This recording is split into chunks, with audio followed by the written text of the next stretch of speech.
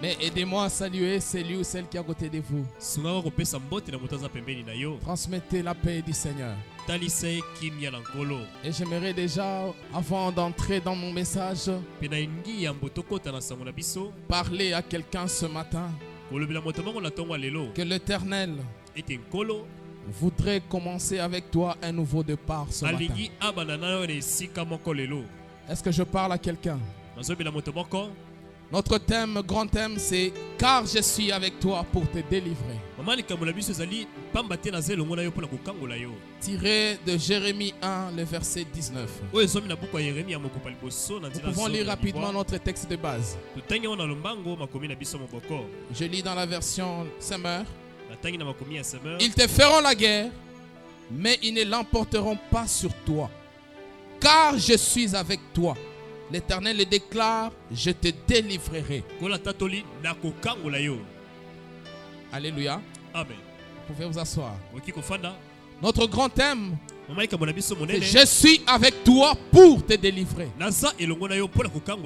En semaine, nous avons vu des éminents intervenants. Ils se sont déployés au maximum. Au point où je me disais, Seigneur, qu'est-ce que je vais dire? J'ai même dit ça au frère Jacques. J'ai dit, priez pour moi. J'ai dit ça aussi au président Patrick.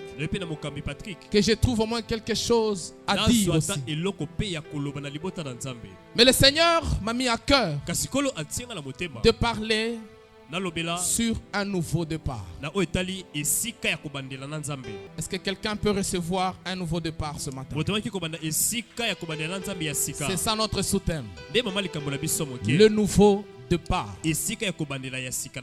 Un nouveau départ pas selon le monde, mais un nouveau départ avec Dieu. Est-ce qu'on peut acclamer pour le Seigneur? Avant de commencer, j'aimerais dire merci à notre papa, notre père, celui qui nous porte, qui dort avec nous et qui se réveille avec nous, qui se sacrifie pour que nous soyons bien portants. Papa, merci beaucoup. Maman, merci. Nous vous serons toujours reconnaissants. Toujours reconnaissants. J'ai béni les hommes de Dieu ici présents. J'ai béni la grande assemblée. Parce que si vous n'êtes pas là, on ne saura pas parler au banc vide.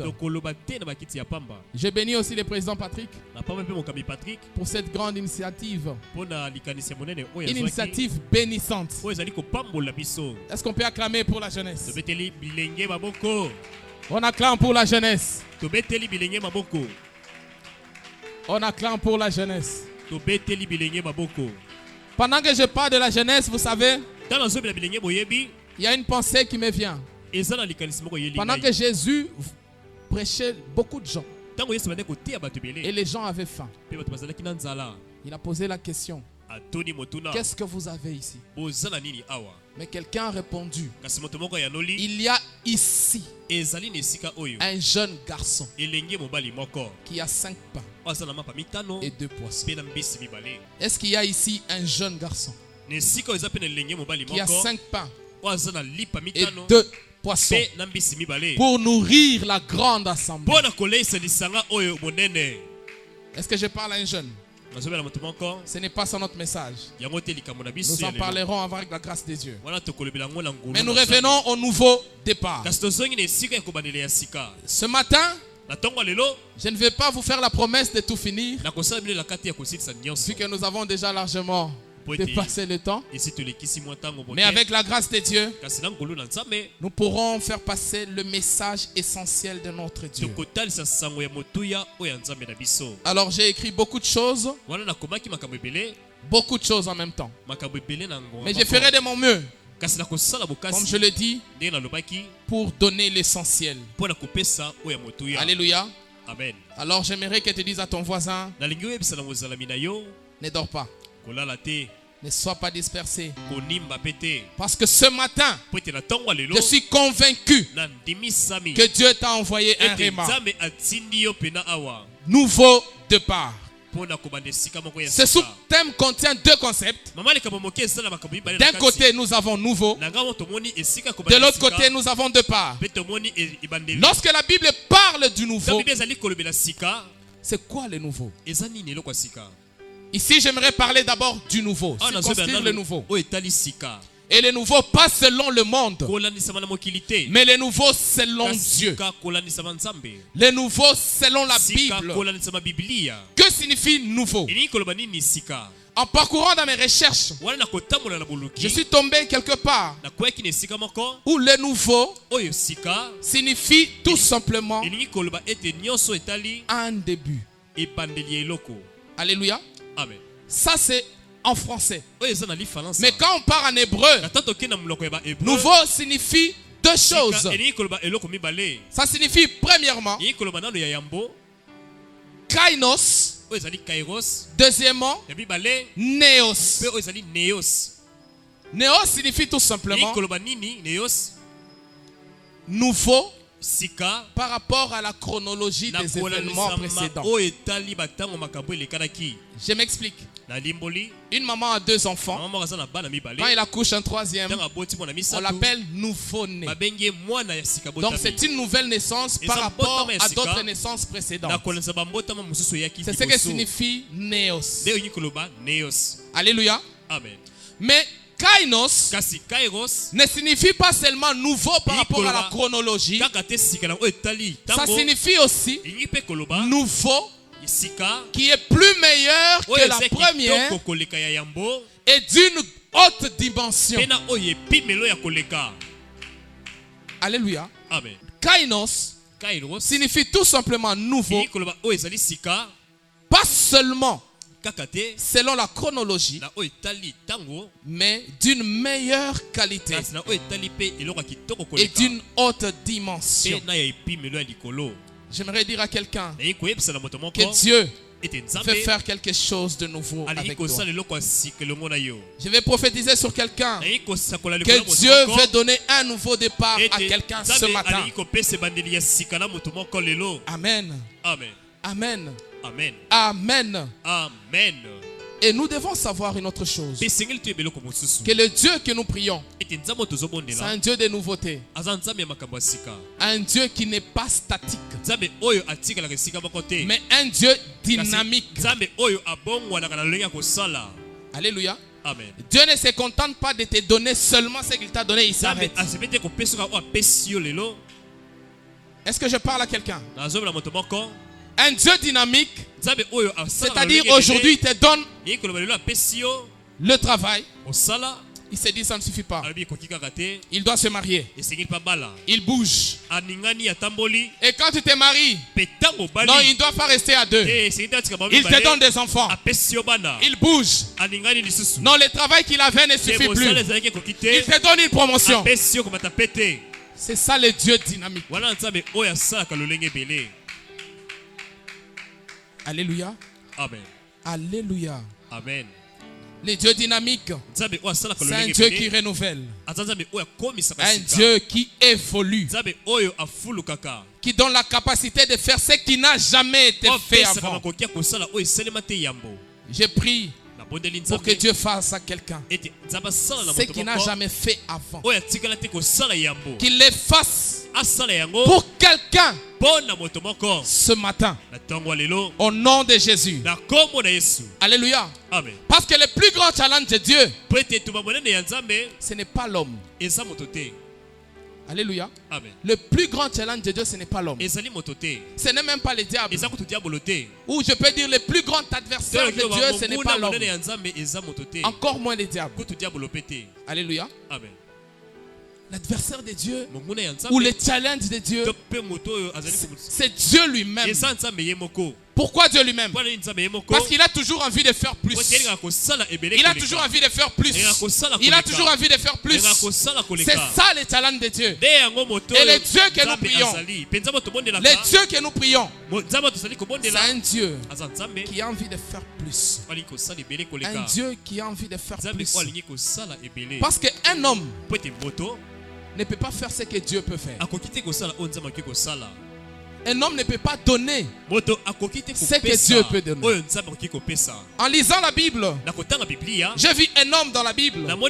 Ici, il s'agit d'Abraham. Il donne du pain et une outre à Agar, la mère d'Ismaël. Alléluia. Amen. Vous savez, une outre n'a pas duré longtemps. Elle s'est épuisée dans le désert. Et vous connaissez bien le récit. Au désert, l'eau est finie. Et l'enfant était sur le point de mourir de soif. Mais j'aime le verset 19. La Bible dit, cette fois-ci, c'est Dieu qui donne. La Bible dit, Dieu lui ouvrit les yeux et elle vit un puits d'eau. Alléluia. Amen. Ce que l'homme donne s'épuise. Mais ce que Dieu donne se renouvelle.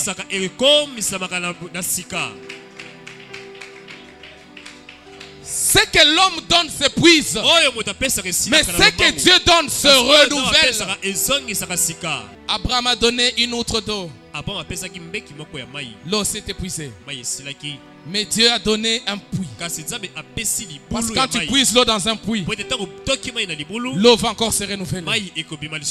Quand tu puises l'eau dans un puits, l'eau va encore se renouveler. Nous qui avons grandi dans des parcelles, il y a des puits. Nous savons ce que signifie un puits. Tu peux puiser même 200 litres d'eau. Tu peux même voir que maïs est fini. Tu tournes les dos. 30 minutes. Plein. Ce que Dieu donne, ça se renouvelle. Ce que Dieu donne, ça se renouvelle. Ce que Dieu donne, ça se renouvelle. J'aimerais dire à quelqu'un ce matin, si les hommes ne t'ont pas donné ce que tu attendais d'eux, je prie que Dieu te donne ce que l'homme ne t'a pas donné. Donne-moi un bon amen, j'avance. Alléluia. Amen. Même Satan n'intéresse pas beaucoup Dieu. Il n'est même pas l'adversaire de Dieu. Même pas. Il n'est pas l'adversaire de Dieu. Même Pierre dit que Satan n'est pas l'adversaire de Dieu. Il dit à la limite, il est notre adversaire à nous. Il dit, soyez sobres et éveillés, car votre adversaire, le diable. Donc, le diable est notre adversaire, pas l'adversaire de Dieu. Et donc, Dieu aussi, il a des défis. Il a des challenges. Ce sont des challenges par rapport à ses réalisations. Hier, j'ai fait ceci. Aujourd'hui, je dois faire mieux. Et j'aimerais que Dieu fasse mieux dans la vie de quelqu'un ce matin. Que Dieu fasse mieux dans la vie de quelqu'un ce matin. Que Dieu fasse mieux dans la vie de quelqu'un ce matin. Car Dieu a besoin de faire mieux que ce qu'il avait fait pour toi. Je vais t'amener quelque part.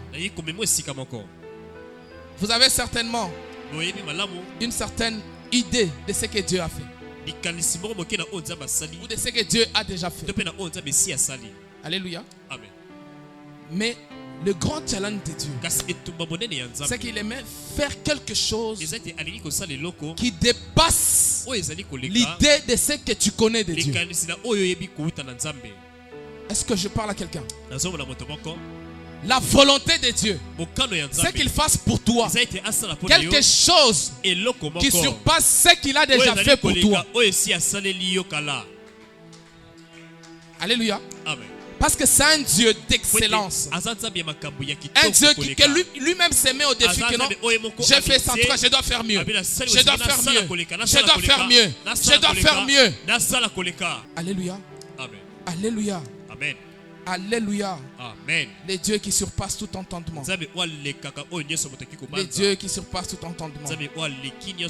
Et j'aimerais encore dire à quelqu'un, s'il y a un nouveau départ dans la vie, c'est qu'il y a eu un ancien départ. Alléluia. Amen. Si on parle de nouveau aujourd'hui, c'est qu'il y a un départ qui est devenu ancien. Alléluia. Amen. Et maintenant le nouveau départ t'introduit dans quelque chose de nouveau. Et si Dieu amène le nouveau, il ne peut pas vouloir que l'ancien soit plus glorieux que le nouveau.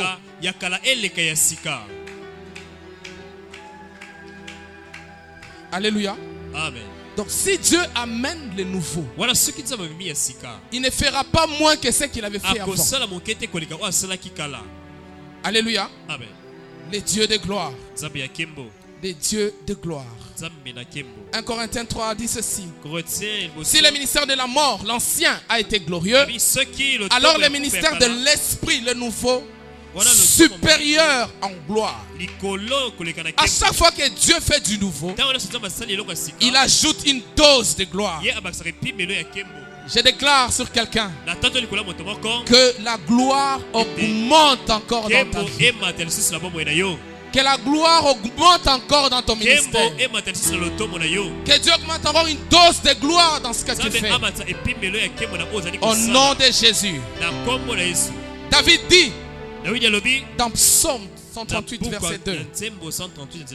Mais j'aime beaucoup la version Semeur.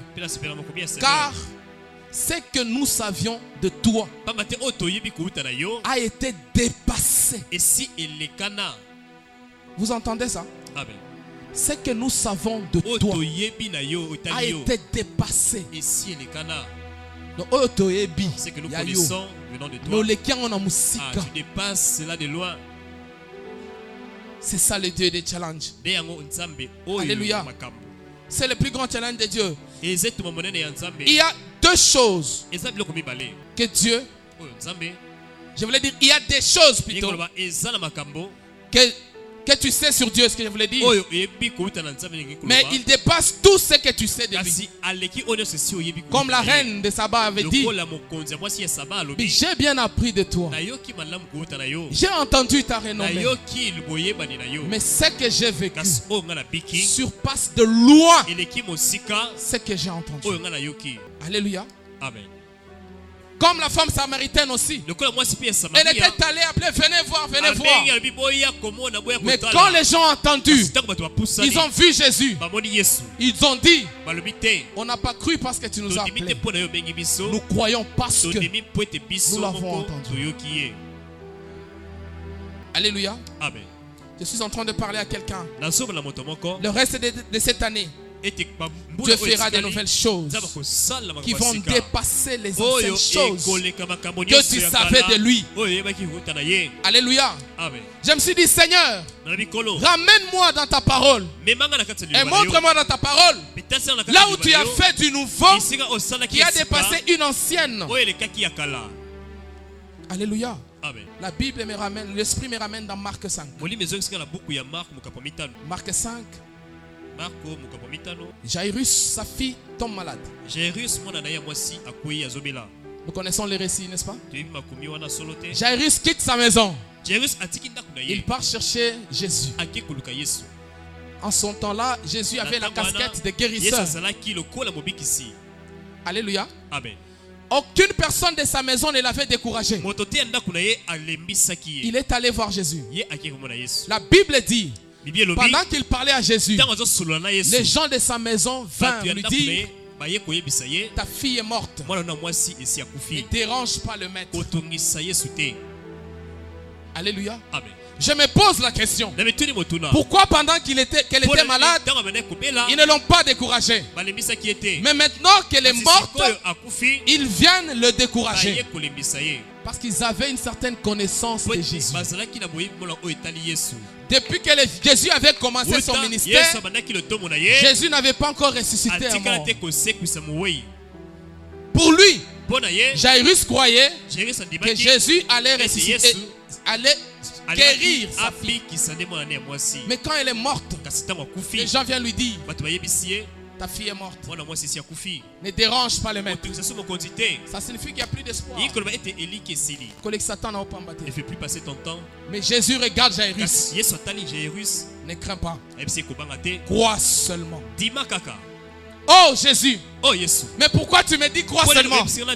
Parce qu'en quittant ma maison, j'avais déjà cru. Est-ce que je parle à quelqu'un? Oui, j'avais cru en la guérison. J'avais cru en la guérison. J'avais cru en la guérison. Maintenant que la situation a évolué, crois encore plus.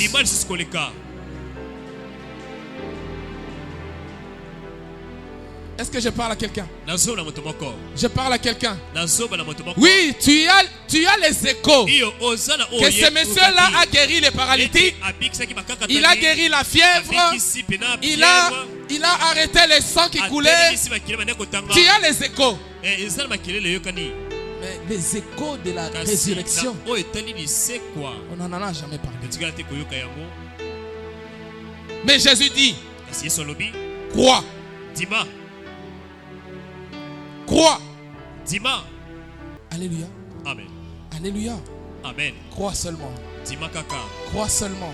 Dima kaka. Crois seulement. Dima kaka. Alléluia. Amen. Alléluia. Amen. Alléluia. Amen. J'aime ce que la Bible fait. Jairus ici a été amené à une foi de Dieu. Alléluia. Amen. Je me rappelle encore dans la Bible, Jésus devant les figuiers, il avait faim. Il regarde qu'il n'y avait pas de fruits. Jésus a maudit les figuiers. Le lendemain, les disciples passant par là, Maître, mais l'arbre que tu as maudit a séché. Il dit oui. Si vous avez ne fût-ce que une petite foi, vous pouvez ordonner à cette montagne de se jeter dans la mer. Elle s'exécutera. Mais dans d'autres versions, on parle, si vous avez la foi de Dieu. Alléluia. C'est à ce moment-là que je commence à me demander. Donc, sûrement, il y a une foi des hommes et une foi de Dieu. Et l'Esprit a commencé à m'enseigner que la foi de Dieu, c'est une foi basée sur des références. Nous avons des références dans la foi. Quand des gens font des témoignages, 3 jours et 3 jours, ça s'est terminé. Amen. Parce que je sais que Mbasuku ne résistera pas. Là-bas, le Mbasu ne résiste pas. Alléluia. Amen. La foi basée sur des références. La foi basée sur des témoignages. Ce n'est pas mauvais. Mais la foi de Dieu n'a pas besoin de référence. On a demandé à Jairus d'opérer dans la dimension de la foi de Dieu. Il n'a jamais entendu parler de la résurrection. Jésus lui-même a créé l'univers sur base de quoi? La foi de Dieu. Marie a été appelée à opérer dans la foi de Dieu. L'ange apparaît. Tu auras un fils. C'est facile de dire à une femme que tu auras un fils après avoir rencontré un homme. Mais je ne connais point d'homme. Mais comment cela se fera-t-il? Elle a été appelée à opérer dans la foi de Dieu. Parce qu'avant elle, ça ne s'était jamais produit. Alléluia. Amen. Alléluia. Amen. Si on parle aujourd'hui du fils de la veuve de Naïn, il y avait une référence. Les gens ont entendu que monsieur avait déjà ressuscité. Si on peut parler de Lazare, il y a 2 expériences précédentes. Mais la fille de Jairus, il n'y avait pas de référence. C'est ça la foi de Dieu. On nous appelle à opérer dans la foi de Dieu. Moi je sais une chose, qu'il n'y a que le Dieu que nous prêchons qui peut entrer dans une pièce hermétiquement fermée sans passer par la porte. Je sais aussi qu'il n'y a que Jésus que nous prêchons qui peut entrer dans les ventres sans passer par la voie de tout le monde. Et c'est ce Jésus-là que nous prêchons ce matin. Et c'est lui ton maître. Et c'est lui qui t'a appelé. C'est lui qui t'a appelé. C'est Jésus. Un Jésus puissant. Un Jésus puissant. Un Jésus puissant. Un Jésus puissant. Un Jésus puissant. Un Jésus puissant. Qui est capable de faire des choses que tu n'as jamais vues. Capable de faire des choses qui ne sont jamais faites. Capable de faire des choses incroyables. Dieu n'est pas obligé de faire dans ta vie les mêmes choses qu'il a faites avec les autres. Il n'est pas obligé. Et puis arrêtez de dire je voudrais que Dieu puisse faire comme il a fait pour Papa John.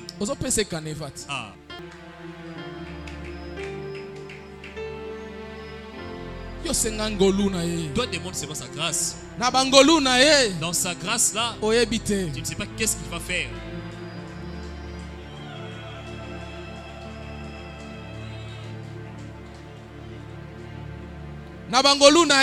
Dans sa grâce là, un enfant d'un travail, il est devenu roi. Je parle de Jéroboam. Parce qu'avant lui, personne n'était roi. Dieu l'a pris. Mais à cause des choses du monde, il s'est perdu. Est-ce que je parle à quelqu'un? Amen. Dieu n'est pas obligé de faire dans ta vie les mêmes choses qu'il a faites pour les autres. Je suis en train de déclarer que l'onction du nouveau tombe sur ta vie. Que l'onction du nouveau tombe sur ta vie. Au nom de Jésus. Je vais dire à quelqu'un ce matin, peu importe le degré de ta situation, Jésus est capable, car il est l'alpha, il est l'Emmanuel et il est l'oméga. Au nom de Jésus, j'aimerais prendre une petite illustration. La fille de Jairus, elle meurt. C'est-à-dire la situation au début. Alléluia. Jésus a ressuscité. Jésus en marchant à l'entrée du village, il voit les fils de la veuve. La Bible nous dit, on l'amenait en terre. C'est-à-dire que la situation avait déjà évolué. Jésus a ressuscité. Même si c'est toujours la résurrection, mais c'est une autre dimension. Alléluia. Mais on arrive à Lazare. Ce n'est pas à la maison. Ce n'est pas en chemin. Mais il était déjà en terre. Et pas un jour. Pas 2 jours. Pas 3 jours. Mais 4 jours. Donc la situation était même désespérée. Jésus l'a ressuscité. J'aimerais dire à quelqu'un, quelle que soit la situation, Jésus, il est capable de ressusciter Lazare. Jésus est capable de ressusciter Lazare. Au nom de Jésus. Alléluia. Il n'y a rien qui les dépasse. Dis à ton voisin, il va faire du nouveau avec moi. Il va faire du nouveau avec moi. Il va faire du nouveau avec moi.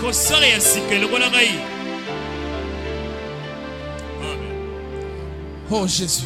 Oh Jésus. C'est là que l'Esprit me dit, pour faire du nouveau, Dieu a besoin d'une nouvelle foi.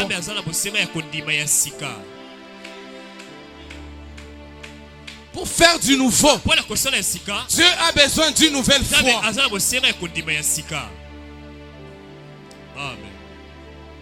Tu as besoin d'une nouvelle foi. Tu as besoin d'une nouvelle foi.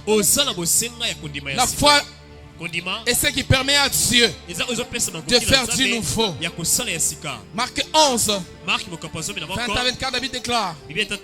Bon, j'ai déjà parlé de ça. Alléluia. Mais je disais, pour faire du nouveau, Dieu a besoin d'une nouvelle foi. On peut passer rapidement. Dieu a besoin d'une nouvelle foi. Dieu a besoin d'une nouvelle foi. Je crois que Dieu peut donner des mariages, oui. Je crois que Dieu peut donner des enfants, oui. Je crois que Dieu peut donner, Mais il faut aller au-delà. Alléluia. Est-ce que quelqu'un peut penser à quelque chose qui ne s'est jamais passé dans la vie de quelqu'un d'autre? Alléluia. Amen. Vous savez, et pour y arriver, il faut seulement être connecté au Saint-Esprit. Parce que notre imagination est nourrie par les informations que nous avons. Mais si tu n'as jamais vu, si on ne t'a jamais raconté, mais comment tu peux imaginer quelque chose qui ne s'est jamais passé? Alléluia. Amen. Alléluia. Amen. C'est là que même l'Esprit m'enseignait. De quelle façon Séphora avait sauvé Moïse. Dieu l'appelle et lui confie une mission. Alléluia. Amen. Tu vas aller délivrer mon peuple. Mais Moïse dit au revoir à son père, Jéthro. Mais il commence à partir. Il arrive à un endroit pendant qu'il voulait dormir. L'ange voulait faire mourir Moïse. Pourquoi? Parce que son fils n'était pas circoncis. Or, il y a une loi qui dit tout mâle non circoncis dans ta maison sera retranché. Mais Séphora a vite exécuté cela. Mais qui avait dit ça? C'est l'Esprit de Dieu. Alléluia. Amen. Donc il faut être toujours connecté. Ça c'était une parenthèse. Être connecté à l'Esprit de Dieu pour aller au-delà de l'imagination. Je vais dire à quelqu'un ce matin, et la foi de Dieu, parce que Dieu est sur le point de faire quelque chose de nouveau, qui n'a jamais fait dans la vie, qui n'a jamais fait dans ta famille, qui n'a jamais fait dans cette église, qui n'a jamais peut-être fait ici à Kinshasa. Car Dieu est sur le point de faire des choses qui n'ont jamais été faites avant. Alléluia. En lisant la parole de Dieu, et là je tombe sur Abraham. Oh my God. Abraham avait une foi extraordinaire. Une foi extraordinaire. Genèse 22. La Bible dit, Dieu demanda à Abraham de lui sacrifier son fils. Offre-moi en holocauste ton fils unique, celui que tu aimes, Isaac. Abraham, il ceint le chevaux. Il prend du bois, se fait accompagner par ses serviteurs et le jeune homme. Le Seigneur lui dit, va à Morija, je t'indiquerai la montagne sur laquelle tu vas m'offrir ton fils. 3 jours de marche. Arrivé au bas de la montagne, écoutez ce que dit Abraham. Vous, nos serviteurs, attendez-nous au bas de la montagne. Moi et les jeunes hommes, nous allons adorer le Dieu. Après, nous allons redescendre. Oh Abraham, mais qu'est-ce que Dieu t'a dit? Tu devais dire, nous allons adorer Dieu et je vais descendre. Parce que tu pars tuer l'enfant là-bas. Tu pars le tuer là-bas. Alléluia. Amen. Tu pars les tuer. Mais comment vous allez descendre? Mais la réponse nous est donnée en hébreu. Hébreu 11. Nous allons lire rapidement. Ancien, si vous pouvez nous aider. Hébreu 11, 19. Écoutez la réponse. Dieu est merveilleux. Dieu est bon. Est-ce qu'on peut acclamer pour le Seigneur? Hébreu 11, 19. Hébreu chapitre 11, verset 19, nous lisons au nom de Jésus. Amen. Il pensait que Dieu est puissant même pour ressusciter les morts. Aussi le recouvra-t-il par une sorte de résurrection. Amen. Amen. Il pensait que Dieu est assez puissant pour faire revivre même le mort. Oh! Il y a des lecteurs de la Bible, n'est-ce pas? Depuis Genèse 1. Jusqu'à Genèse 21. Il n'y a personne qui a raconté ce que Genèse 22.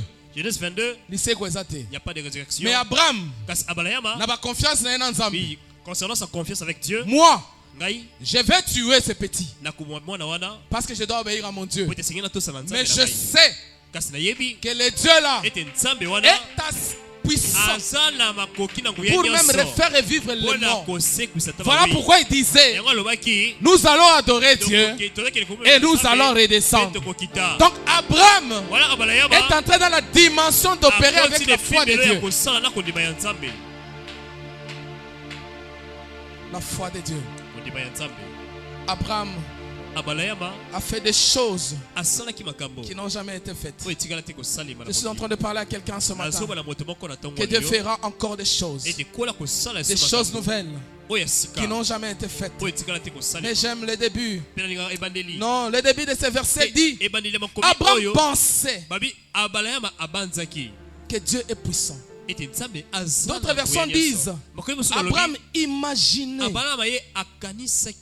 Abraham imaginait. Et là l'Esprit m'a dit une grande foi demande une grande imagination. Abraham s'est fait un film comme je vous l'ai expliqué.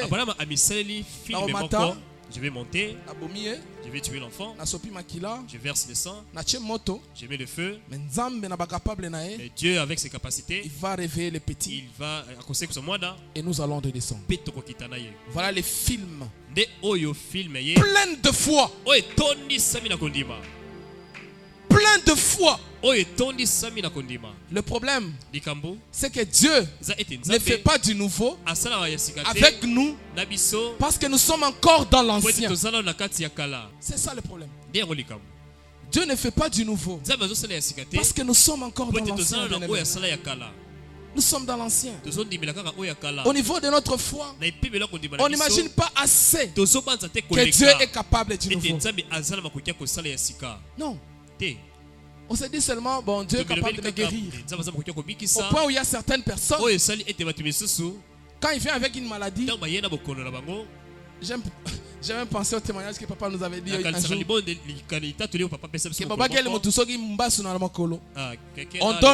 On vient chez les serviteurs. Un homme de Dieu qui dit: ça non, il faut qu'à Bokoko. Ces choses ne vont pas aller ici. Donc vous n'imaginez pas Dieu assez capable d'agir dans nos vies. Donc toi-même tu lui donnes une certaine limite. Alléluia. Amen. J'aimerais confirmer à quelqu'un que Dieu est puissant. Dieu est capable de tout. Dieu est capable de tout. Dieu est capable du nouveau. Le problème est que notre imagination est limitée. Et lorsque ton imagination est limitée, ta foi aussi est limitée. Abraham avait une imagination débordante et se disait: même s'il meurt. Mais Abraham connaissait. Il ne connaissait même pas le vocabulaire résurrection. Il n'avait même pas entendu parler de ça. Mais la foi de Dieu l'a amené à voir comme Dieu. La foi de Dieu l'a amené à voir comme Dieu. Je suis venu dire à quelqu'un ce matin que Dieu qui a créé est capable de restaurer. Le Dieu qui a créé est capable de restaurer. Quand Dieu peut faire le nouveau, il demande une nouvelle foi.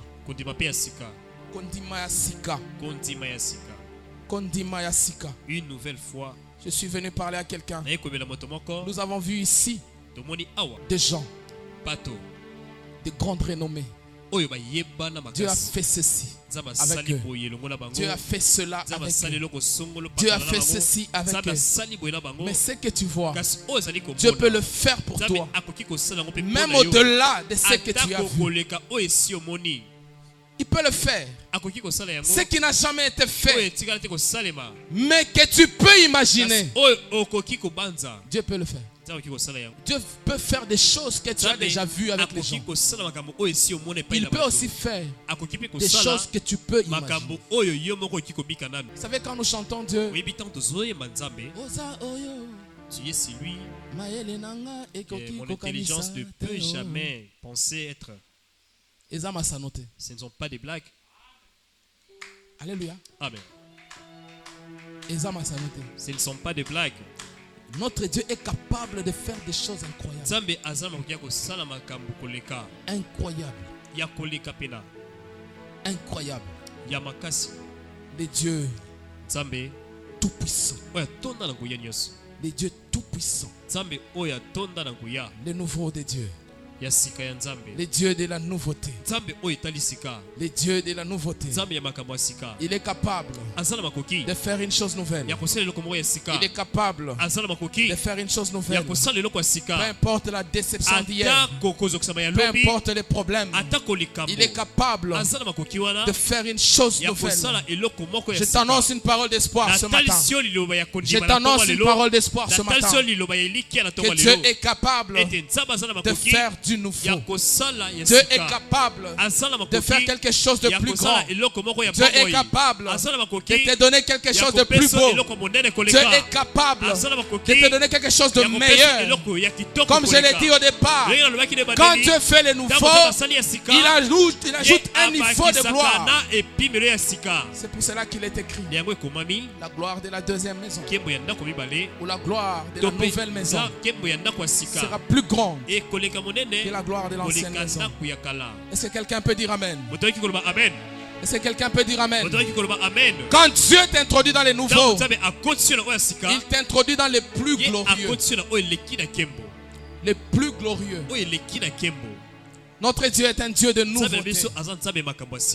Un Dieu de nouveauté. Un Dieu de nouveauté. Notre Dieu est un Dieu de nouveauté. Ancien, vous pouvez me lire 1 Corinthiens 2, le verset 9. 1 Corinthiens 2, 9.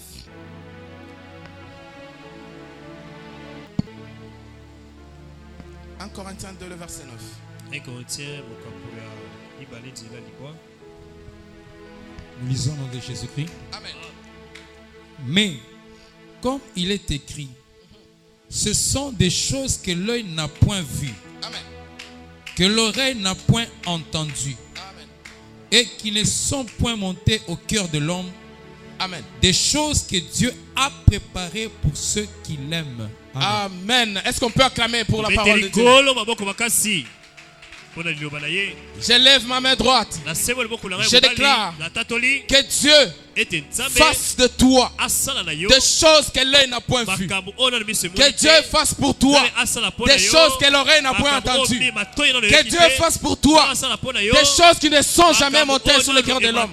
Parce que notre Dieu fait du nouveau. Donne-moi un bon amen. Dieu fait du nouveau. Des choses que l'œil n'a point vues. Des choses que l'oreille n'a point entendues. Des choses qui ne sont point montées au cœur de l'homme. Dieu, qu'il les fasse pour toi. Du nouveau. Du nouveau. Est-ce que j'aime avec la parole de Dieu? Est-ce que j'aime avec la Bible? Que quand la Bible parle de nouveauté, c'est incroyable. Donc il t'amène toujours à une dimension nouvelle. Il t'amène toujours à une dimension plus grande. Il t'amène toujours à ce qui est meilleur en qualité. Il t'amène toujours à ce qui est en dimension supérieure. Et notre Dieu, c'est un Dieu de gloire. Un Dieu de gloire. Et j'aime dire une chose. Ce qui nous empêche aussi de foi à accéder à la nouveauté. J'ouvre la parenthèse, une idée me vient. Vous savez pourquoi on ne doit pas s'attacher aux ex? Vous savez pourquoi? Je parle aux jeunes. Vous savez pourquoi on ne doit pas s'attacher aux ex? Parce que ils vont vous empêcher de saisir le nouveau.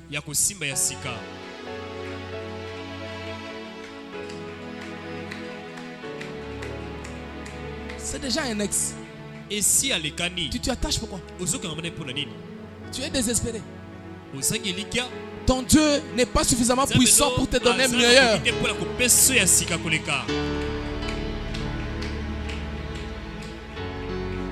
J'ai ouvert la parenthèse et je l'ai fermée. On avance avec la parole de Dieu. Le nouveau de Dieu. Mais quand on dit départ, le concept départ dans la Bible implique un certain nombre de choses. Nombre 10. Verset 13. Ils firent ses premiers départs sur ordre de l'Éternel par Moïse. Le mot départ en hébreu signifie Naka. N-A-C-A. M-A-C-A. Naka signifie un certain nombre de choses. Naka signifie voyage. Naka signifie marche. Naka signifie partir. Naka signifie conduire dehors. Est-ce que je parle à quelqu'un? C'est ce que signifie Naka. Mais quand je réfléchissais par rapport à cela, mais le Saint-Esprit m'enseigne en me révélant trois choses. Que Naka implique la notion de la dépendance. La dépendance. La dépendance. Dans la pensée biblique, il n'y a pas de départ sans dépendre de Dieu.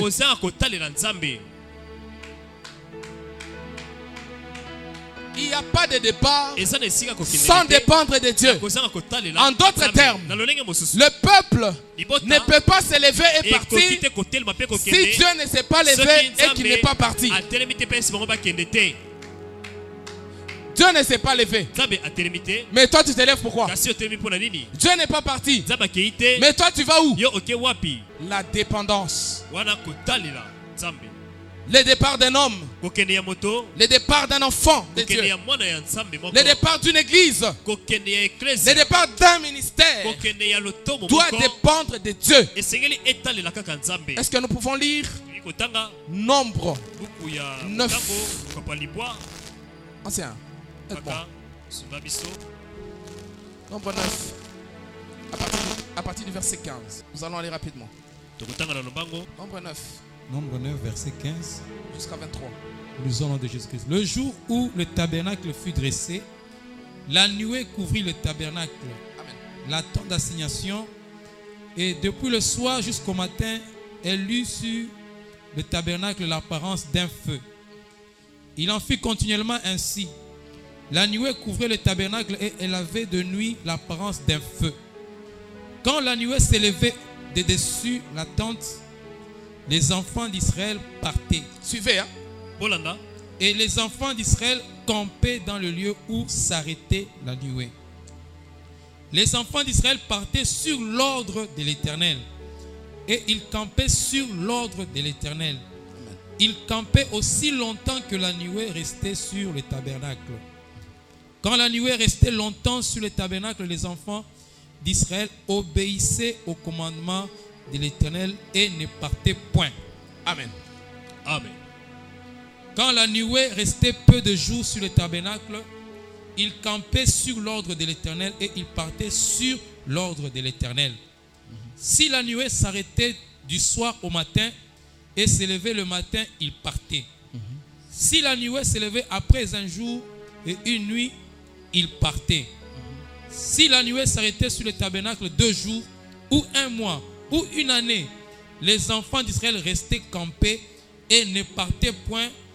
Et quand elle s'élevait, ils partaient. Ils campaient sur l'ordre de l'Éternel et ils partaient sur l'ordre de l'Éternel. Ils obéissaient au commandement de l'Éternel sur l'ordre de l'Éternel par Moïse. Amen. Amen. Est-ce qu'on peut acclamer pour la parole de Dieu? La Bible dit Quand la nuée reste un mois, le peuple reste un mois. Quand la nuée reste 2 ans, il reste 2 ans. Quand la nuée s'élève et part, et aussi s'élève et part. La notion de départ implique la notion de dépendance. C'est le mouvement de la nuée qui nous donne le départ. C'est le mouvement de la nuée qui nous donne le départ. Beaucoup malheureusement à l'église, ils font le départ alors que la nuée ne s'est pas encore levée. Vous faites le départ, mais la nuée ne s'est pas encore levée. Beaucoup quittent des relations encore, alors que la nuée est encore sur la relation. Beaucoup quittent des églises alors que la nuée de leur vie est encore sur cette église. Est-ce que je parle à quelqu'un ce matin? Dis à ton voisin, je ne bouge pas tant que la nuée de ma vie n'a pas encore bougé. Nuée a bougé. Lipata de ma vie, ça n'a pas encore bougé. Je vais aller où? Je ne bouge pas tant que la nuée de ma vie n'a pas encore bougé. Je ne bouge pas. Je ne bouge pas. Je ne bouge pas. Et quand je parle de la nuée, je parle de la présence de Dieu. Car je suis avec toi pour te délivrer. Quelle assurance! Où irai-je? Lui n'a pas encore bougé. Je reste là. Parce qu'avec lui, je serai délivré. Avec lui, quand la maladie viendra, la maladie va fléchir devant le roi des rois. Ça va fléchir. Quand l'ennemi viendra avec des chars, il va stopper sa marche. Parce qu'il est avec moi. Parce qu'il est avec moi. Parce qu'il est avec moi. Parce qu'il est avec moi. Alléluia. Amen. Notez les mouvements de la nuée nous montrent premièrement la volonté de Dieu dans notre vie. Si la nuée s'élève, ça dit Dieu veut qu'on s'élève. Marquons les pas. Alléluia. Amen. Le départ ne se fait pas parce que tu as décidé de partir. Non. Le départ ne se fait pas parce que tu as eu une belle idée la nuit et tu as décidé de le faire. Dans la vie spirituelle, bien-aimé, dans la marche avec Dieu, bien-aimé, le mouvement du départ dépend du mouvement de Dieu. Deuxièmement, il faut bouger seulement quand la nuée bouge. Troisièmement, la dépendance au mouvement de la nuée prouve notre maturité chrétienne.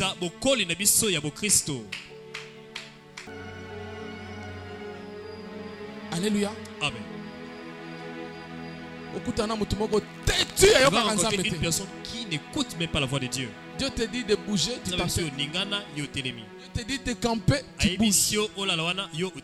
La Bible nous dit la dépendance au mouvement de la nuée prouve notre maturité chrétienne. Alléluia. Amen. Alléluia. Amen. Frères et sœurs, dans le monde physique, plus on grandit, plus on devient indépendant. Alléluia. Amen. Dans le monde physique, plus on grandit, plus on devient indépendant. Alléluia. Quand un bébé est né, il dépend totalement de sa maman et de son père. Il a besoin de se laver, on les lave. Il a besoin de manger, on les nourrit. À l'école, on l'envoie. Au fur et à mesure, il grandit, il devient de plus en plus indépendant. Jusqu'à ce qu'il va grandir. Il aura un travail. Il va se marier. Et il devient aussi père. À ce moment-là, il devient complètement indépendant de ses parents. Alléluia. Amen. Ça, c'est dans le monde physique. C'est dans le monde physique. Alléluia. Amen. Le monde physique. Est-ce que je parle à quelqu'un? Mais dans le monde spirituel, dans la marche avec Dieu, plus on grandit, plus on devient dépendant de Dieu. Plus on grandit, plus on devient dépendant à Dieu. Et la vraie indépendance dans le Seigneur, c'est d'être dépendant de Dieu. Jésus l'a dit à Pierre dans Jean 21, 18. En vérité, je vous le dis, quand tu étais plus jeune, tu t'es saigné toi-même et tu allais où tu voulais. Mais quand tu seras vieux, quand tu seras mature, quand tu seras mûr, tu étendras tes mains et un autre te scindra et t'amènera où tu ne voudras pas. Plus on grandit dans le Seigneur, plus on devient dépendant de Dieu. Quatrièmement, le mouvement de la nuée nous montre la direction. Oh, j'aime ça. Là, c'est les mystères de la marche avec Dieu. Nous, on prend ça pour les détours. Les scientifiques disent que non. Comment le peuple de Dieu avait fait 40 ans dans le désert? Et pourtant, c'est une distance peut-être de 3 jours ou 4, maximum une semaine. Comment va bêter 40 ans? C'est Dieu qui montre la direction, papa. Tu ne te diriges pas seul. C'est Dieu qui montre la direction. C'est Dieu qui montre la direction. C'est Dieu qui montre la direction. Quand on dit nouveau départ, il y a une notion de direction. Parce que quand tu quittes pour aller où? Alléluia. Il y a une direction. Et le premier besoin de l'homme n'est pas la vue. Le premier besoin de l'homme, c'est la direction. Nous lisons dans Marc 8. Marc 8, le verset 22. Ici, il est question de l'aveugle que Jésus avait guéri. Et souvent, nous parlons seulement du premier toucher et du second. Et du troisième plutôt. Donc, deuxième et troisième toucher. En ignorant le premier toucher. Alléluia. Est-ce qu'on peut lire ça? On ignore souvent le premier toucher. Marc 8. Lisons Marc chapitre 8, 22, verset 22 au nom de Jésus. Amen. Il se rendit à Bethsaïda. Suivez bien. Et on amena vers Jésus un aveugle qu'on le pria de toucher.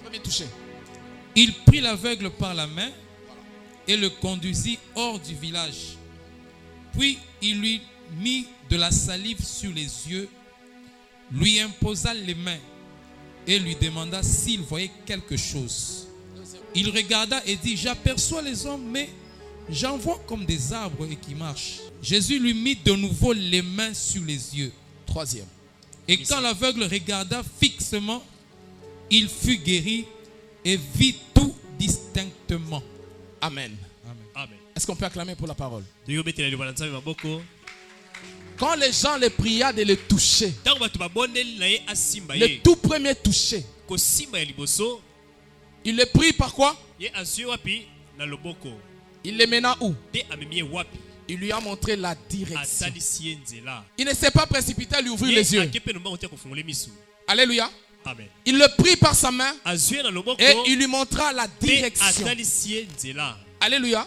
C'est pourquoi la Bible me dit, l'Esprit m'enseigne que le premier besoin d'un aveugle n'est pas celui de voir d'abord. Le premier besoin d'un aveugle est qu'il soit bien conduit.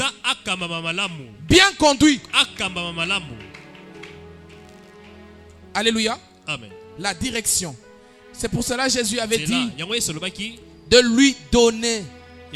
Avant de lui donner la vie, excusez-moi, il lui a montré la direction en le prenant par la main, parce qu'on peut voir et tomber dans le trou. On peut voir et tomber dans le trou. J'aime prendre l'illustration de Lot. Lot était voyant.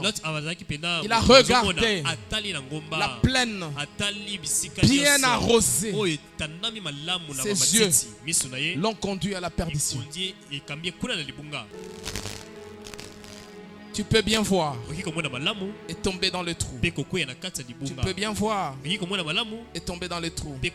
Alors je dis à quelqu'un, le départ avec Dieu implique la direction. Et la direction est donnée par Dieu lui-même. Par Dieu lui-même. Et le premier péché de l'homme est venu parce que l'homme et la femme ont vu. Tes yeux peuvent te mener dans un trou. Et j'aimerais dire à quelqu'un, quand c'est Jésus qui te conduit, quand c'est Jésus qui est ton conducteur, tu n'as pas besoin de voir. Tends lui seulement la main et laisse-le te conduire. Laisse-le te conduire. Parce que lui, s'il te conduit, il va te faire échapper de tout. Là où il faut sauter, tu vas sauter. Là où il faut d'abord reculer, tu vas reculer. Parce que c'est Jésus lui-même qui te conduit. Et il va te faire échapper de tous les dangers. Laisse que Jésus conduise ta vie. Mais la plupart des chrétiens se conduisent eux-mêmes. Laisse-toi conduire. Tu n'as pas besoin de voir. Quand c'est Jésus qui conduit, tes pas, la vue est importante, oui, mais elle n'est pas plus que la direction.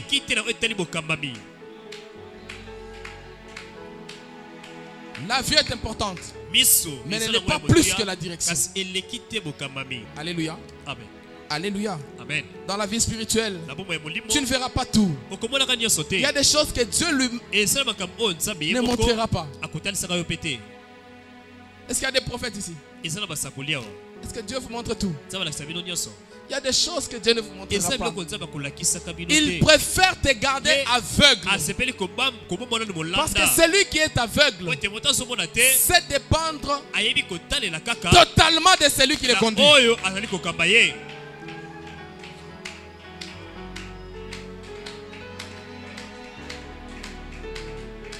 Celui qui est aveugle, il sait dépendre totalement de celui qui le conduit. Jeune frère, jeune sœur, laisse-toi conduire par Dieu. Laisse-toi conduire par Dieu. Laisse-toi conduire par Jésus. Et donne ta vie à Jésus. Parce que lui, il est bon conducteur. Que personne ne te trompe. Je suis encore un jeune. Je suis encore jeune. J'ai encore le temps. Jésus. Yes. 30 ans. Commence son ministère. Jeune, hein? Est-ce qu'il y a des jeunes de 30 ans ici? Jeune, hein? Commence le ministère. Plein de grâce. Plein de zèle. À 33 ans. On les crucifie. Mais c'est une affaire de jeunes. C'est une parenthèse que je referme rapidement. L'évangile est une affaire de jeunes. Laisse-toi conduire par Jésus. Laisse-toi conduire par Jésus. Par lui. Ne va pas te faire tomber. Et il va t'amener dans la direction. Parce que nos destinées sont toutes tracées. Et c'est lui qui en connaît le chemin. Et c'est lui qui en connaît les parcours. Et distinctement, il ne commettra pas l'erreur. Encore l'excellent en zélé à voisinté. Il peut jamais te faire passer sur la voie de ton voisin. Il va te faire passer seulement sur la voie qu'il a tracée. Et parce que c'est lui qui connaît ça. Alléluia. Amen. Le 5e point. Le nouveau départ implique la notion de la vision. Alléluia. Amen. Il n'y a pas de nouveau départ sans nouvelle vision. Où vas-tu? D'où viens-tu? Où vas-tu? D'où viens-tu? Genèse 16. Genèse 16, 8, 7 à 8, la Bible dit: l'ange de l'Éternel se trouva près d'une source d'eau dans le désert, près de la source d'eau dans le désert qui est sur le chemin de Chou.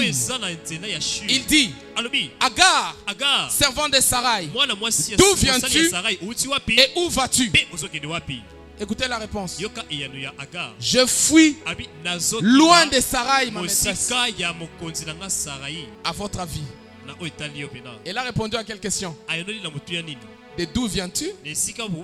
Ou de où vas-tu? Il n'a pas répondu. Moi, à sa place, je dirais, où la réponse serait, je viens de chez la maison d'Abraham vers Chour. Parce que c'est sur le chemin de Chour qu'on l'a rencontré. Mais elle dit, je fuis loin de ma maîtresse. Quelqu'un me dit, mais qu'est-ce que papa est devenu? D'où viens-tu? Et où vas-tu? Le problème ici avec Agar est qu'elle a initié un départ. Elle était dans la maison d'Abraham et là elle était maltraitée. La Bible déclare que Agar a quitté. Elle a initié d'elle-même un départ et quand elle est partie, l'ange la trouve sur le chemin et elle était presque morte avec son enfant, mourant de soif. On lui demande, tu vas où? Je fuis. Je fuis loin de Sarah. Je fuis loin de Sarah. Je fuis loin de Sarah. La question était autre. Je fuis. Elle a quitté pour fuir une réalité et non pour atteindre un objectif. Elle a fui une réalité, pas pour atteindre un objectif. Système à Banaraga. C'est comme les enfants. Tu veux les fouetter. Mais c'est pas là où il va. Tu vas où? Je fuis.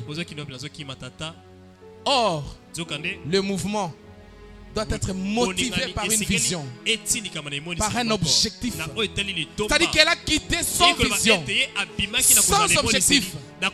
Plusieurs aujourd'hui crient départ, départ, départ, mais ils n'ont aucune vision. Ton départ là, c'est pour quel but?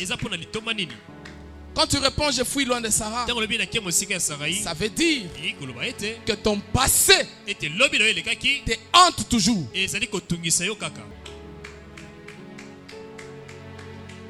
Ton passé pèse encore sur toi. Pourquoi? Parce que Sarah l'a maltraité. Beaucoup de gens sont en train d'avancer, non pas pour conquérir le futur, mais pour fuir le passé. Et je prie, sois délivré. Sois délivré des traumatismes de Sarah. Sois délivré des traumatismes du passé. Sois délivré de la souffrance du passé. Sois délivré. Sois délivré. Au nom de Jésus. Il y a beaucoup de jeunes qui quittent sans objectif. Quand il y a un nouveau départ, il doit y avoir un nouvel objectif. Il doit y avoir une nouvelle vision. J'aimerais répondre, où vas-tu? Je vais décrocher mon master. Où vas-tu? Je vais me marier avec cette belle dame. Où vas-tu? Je vais aller commencer un nouveau ministère. Où vas-tu? Je suis en train d'aller vers quelque chose de plus grand. Objectif. Pas dire non. J'ai quitté la maison parce que j'ai trop souffert. Tu vas demeurer où maintenant? Écoutez la suite. Écoutez la suite. Ne cite pas ton passé. Mais sois plutôt délivré de ces traumatismes. Au lieu de fuir, sois plutôt délivré. Et que Dieu te délivre de ton passé douloureux. Tu sais, quand tu ne sais pas où tu vas et tu n'as aucune vision, alors ça ne sert à rien de quitter. C'est pour cela que l'ange dit à Agar au verset 9, retourne vers ta maîtresse et humilie-toi sous sa main. Retourne. Elle a quitté sans objectif. On l'a retourné chez sa maîtresse. Papa, quelque part, je m'étais dit qu'elle était vraiment... Il y avait un peu une dose d'orgueil. Pourquoi l'ange lui dit retourne et humilie-toi?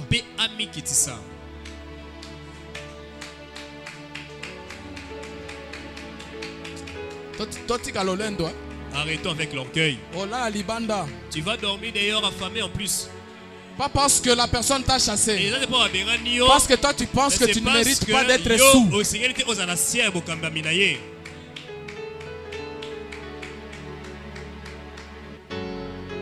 qu'il y a des jeunes qui vont se séparer de l'orgueil? Est-ce qu'il y a des jeunes qui vont se séparer de l'orgueil? Tu vas dormir dehors, pas parce qu'on t'a chassé. Parce que tu te dis, moi je peux pas demeurer sous la main de cette personne-là. Toi-même tu t'es chassé de la maison. Et là je lui ai dit, retourne. Moi j'aime ces zonga. Et humilie-toi sous sa main. Maintenant écoutez, quelques années plus tard, dans un autre désert, en Genèse 21, la même Agar se retrouve encore dans le désert. Et là je vais encore lui parler. Parce que la première fois, quand il lui a parlé, il a dit Agar, servante de Sarai. Mais la deuxième fois, quand il l'a parlé, il dit Agar. Il n'y a plus servante. Agar. Il a enlevé servante de Sarai. La raison pour laquelle elle devait rentrer, c'est parce que la saison de service n'était pas encore finie.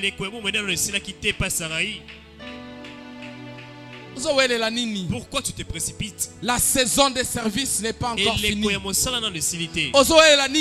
tu te précipites? La saison de la formation n'est pas encore finie.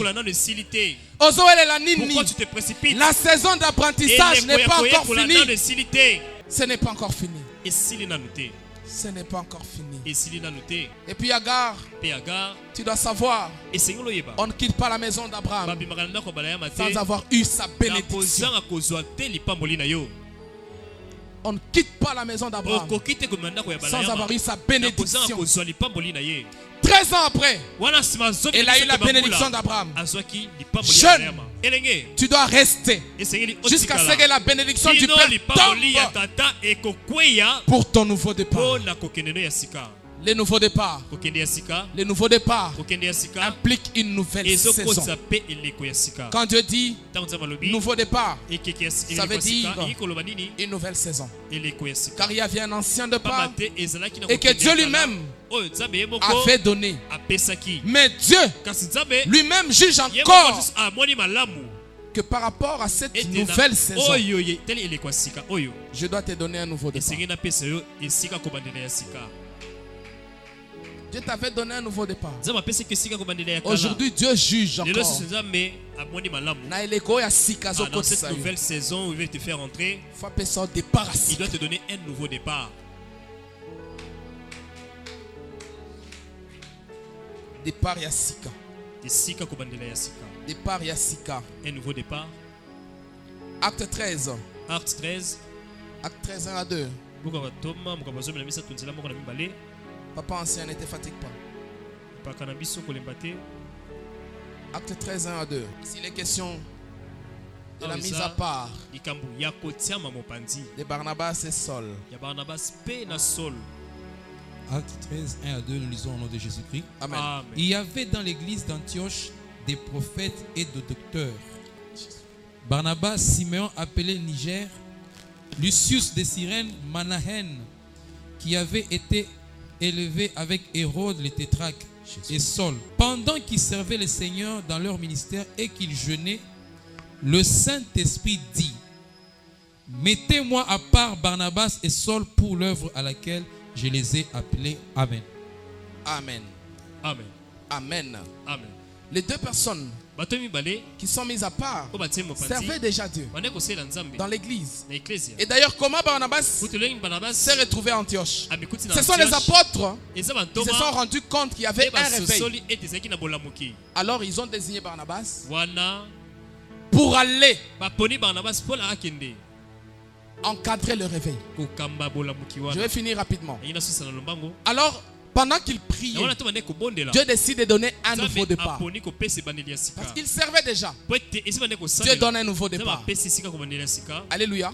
Alors on met Barnabas et Saul Vous savez, dans la Bible et surtout dans les Actes des Apôtres, dans une équipe, quand on commence par le premier nom, ça dit c'est lui le leader. Alléluia. Donc dans ce nouveau départ, les leaders étaient Barnabas. Et vous allez vous rendre compte qu'en lisant, on ne parle plus de Barnabas et Paul, mais on parle maintenant de Saul et Barnabas. Alléluia. C'est-à-dire ils ont encore connu un autre départ. Ils ont encore connu un autre départ où le leadership a changé. J'aimerais parler à quelqu'un ce matin. Si dans l'ancien départ tu as été second, dans ce nouveau départ tu seras number one. Dans ce nouveau départ tu seras numéro 1. Dans ce nouveau départ tu vas tenir les leads. Dans ce nouveau départ tu vas tenir les leads. Est-ce que je parle à quelqu'un? Est-ce que je parle à quelqu'un? J'aimerais déclarer sur quelqu'un ce matin que Dieu t'engendre dans une nouvelle dimension. Que Dieu t'engendre dans un nouveau domaine. Que Dieu t'engendre dans de nouvelles choses au nom de Jésus. Pour que tu commences de nouvelles choses. Ce n'est pas qu'est-ce que tu faisais avant était mal. Non. Mais Dieu a décidé que tu fasses encore de bonnes choses. Que tu fasses encore de bonnes choses.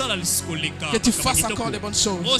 Que tu fasses encore un nouveau départ. Que tu fasses encore un nouveau départ. Une dernière chose. Il n'y a pas de nouveau départ sans nouvel équipement. Il n'y a pas de nouveau départ sans nouvel équipement. Il n'y a pas de nouveau départ sans nouvelle onction. La chose qui marque le nouveau départ, c'est le nouvel équipement. C'est pour cela que dans la vie de David, le 3 niveaux de sa vie étaient marqués par une nouvelle onction. 1 Samuel 16, première onction, premier départ. Il tue Goliath. Il fait des exploits. Est-ce que je parle à un David? Je parle à un David. Il n'était pas devenu roi, mais pendant qu'il avait la promesse royale sur lui. Dans 2 Samuel 2, deuxième onction, il devient roi, mais pas roi d'Israël, roi sur Hébron. Est-ce que je parle à quelqu'un? Dans 2 Samuel 5, troisième onction, il devient roi sur tout Israël. C'est toujours l'onction qui marque le début d'une saison. Quand Dieu dit nouveau départ à l'arche, Dieu veut dire à ceux qui m'écoutent ce matin qu'il est sur le point de faire descendre une nouvelle onction du nouveau départ. Si tu crois, dis Amen. Si tu crois, dis Amen. Si tu crois, dis Amen. Si tu crois, dis Amen. Quand il y a un nouveau départ, il y a une nouvelle bénédiction. Il y a un nouvel équipement. Oui, quand on a mis bord à part, la Bible dit on les a imposés les mains. C'était un nouvel équipement. C'était un nouvel équipement. Quand Dieu veut donner un nouveau départ, il occasionne des activités comme celle-ci. J'aimerais dire une dernière chose. J'aimerais que nous puissions l'entendre tout en étant debout. S'il vous plaît, une dernière chose. Tout en étant debout. Dans Matthieu 17, 1 à 3. Jésus monte avec 3 apôtres. Alléluia. Pierre, Jacques et Jean au sommet de la montagne. Là, c'était pour les équiper. Ils arrivent là-bas, ils sont restés au bas de la montagne. Jésus est monté. Sur la montagne, Moïse, Élie apparurent à côté de Jésus. Jésus s'est transfiguré. Et il s'entretenait avec Jésus. Il s'entretenait. Il s'entretenait. Et pendant que eux étaient sur la montagne, au bas de la montagne, un fils lunatique était amené auprès des autres apôtres qui étaient en bas. Mais quand Jésus descend, le Père vient vers Jésus. J'ai ramené mon fils à tes apôtres, à tes disciples.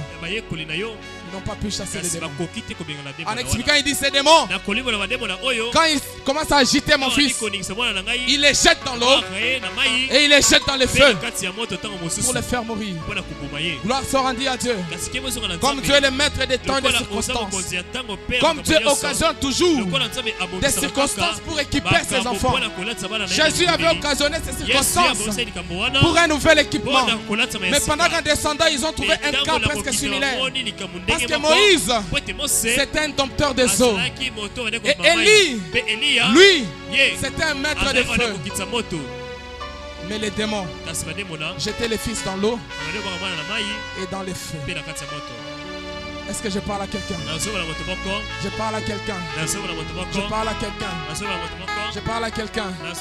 Je suis convaincu que ce matin, le Seigneur va équiper quelqu'un d'une nouvelle onction de départ. D'une nouvelle onction pour un nouveau départ. D'un nouveau départ ce matin. Est-ce qu'on peut commencer à prier? Comment sera l'éternité? Dans la peine ou la joie, je ne sais. Tu passeras l'éternité. Sera-ce le bonheur parfait? Qui fera ton éternité? Sera-ce le châtiment complet? Qui fera ton éternité? Ce qui est